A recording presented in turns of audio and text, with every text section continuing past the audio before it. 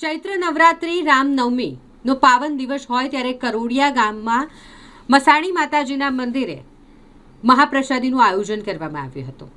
કરોડિયા ગામમાં આવેલું મસાણી માતાજીનું મંદિર જ્યાં લોકો ખૂબ જ આસ્થા અને શ્રદ્ધા સાથે આવે છે। કહેવાય છે કે અહીં જે પણ પોતાની મનોકામના લઈને માતાજીના ચરણોમાં શીશ ઝુકાવે છે તેમની મનોકામના માતાજી પૂર્ણ કરે છે અને એટલે જ મોટી સંખ્યામાં મસાણી માતાજીના મંદિરે દર્શન કરવા માટે લોકો આવતા હોય છે।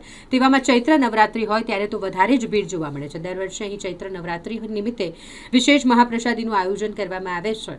ચૈત્ર નવરાત્રિની અષ્ટમી અને રામનવમી બે એક જ દિવસે હોય ત્યારે વિશેષ મહાપ્રસાદીનું આયોજન કરવામાં આવ્યું હતું। ગ્રામજનો દ્વારા ભેગા મળી અને આ મસાણી માતાજીના મંદિરે મહાપ્રસાદી યોજવામાં આવી હતી, જેનો લાભો 25 થી 30 હજાર જેટલા લોકોએ લીધો છે।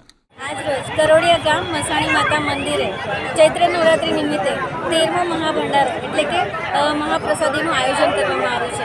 અહીંયા દર વર્ષે હજારોની સંખ્યામાં ભાવિક ભક્તો આવી માતાજીના દર્શન કરીને પ્રસાદીનો લાભ લેતા હોય છે। આજે પણ હજારોની સંખ્યામાં ભાવિક ભક્તો અહીંયા ઉમટી પડે છે માતાજીના દર્શન કરવા માટે। તો ચૈત્ર નવરાત્રિ નિમિત્તે હું સૌ ભક્તજનોને હાર્દિક શુભકામના પાઠવું છું। કરોડિયા મુકામે આવેલ મસાણી માતાના મંદિરે ચૈત્ર સુદ આઠમનો મહાભંડારો રાખેલ છે।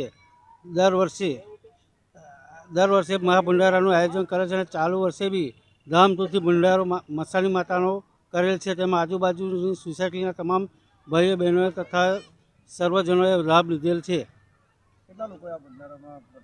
આશરે 25 થી 30 હજાર માણસોએ પ્રસાદીનો લાભ લીધેલો છે।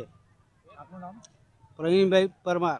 કરોડિયા ગામ ચૈત્ર માસ નિમિત્તે માં મોહણી માતાનો ભંડારો મહાપ્રસાદીનું આયોજન કરેલું છે અને આજુબાજુની સોસાયટી તથા ગામજનો ભેગા થઈને સમૂહમાં મહાપ્રસાદીનું આયોજન કરેલું છે અને આ 13મો મહાભંડારો બહુ ધામધૂમથી થઈ રહ્યો છે। જય માતા। હજારોની સંખ્યામાં લગભગ 30 થી 40 હજાર પબ્લિક અહીંયા પ્રસાદીનું લાભ લઈ ચૂક્યા છે। કેટલા વર્ષોથી આ ભંડારો કરવામાં આવી રહ્યો છે? આ 13મો મહાભંડારો થઈ રહ્યો છે અને બહુ ધામધૂમથી માતાજીની એનાથી અમે બહુ સારી રીતે કરી રહ્યા છે। બસ। આપનું નામ? રણજીત પરમાર।